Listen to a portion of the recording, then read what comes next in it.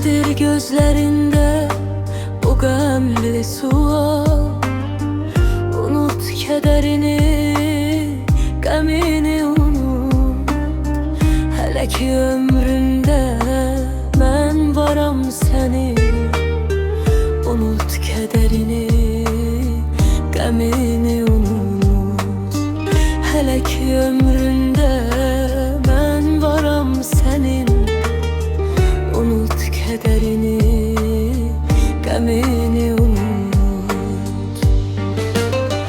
Bu da bir zamandı gelip gedecek. Sevincin kedere gülüp gidecek. Bu qəmli günlerin ölüp gidecek. Unut kederini, qəmini.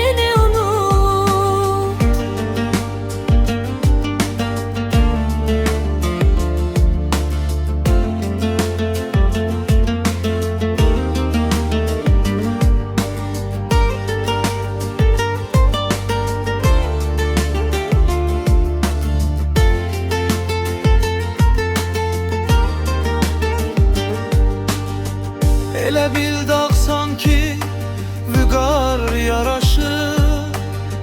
Söylə taleyində kimlər dolaşır? Sən elə işıqsan, görənlər çaşır. Unut kədərini, qəmini unut. Sən elə işıqsan,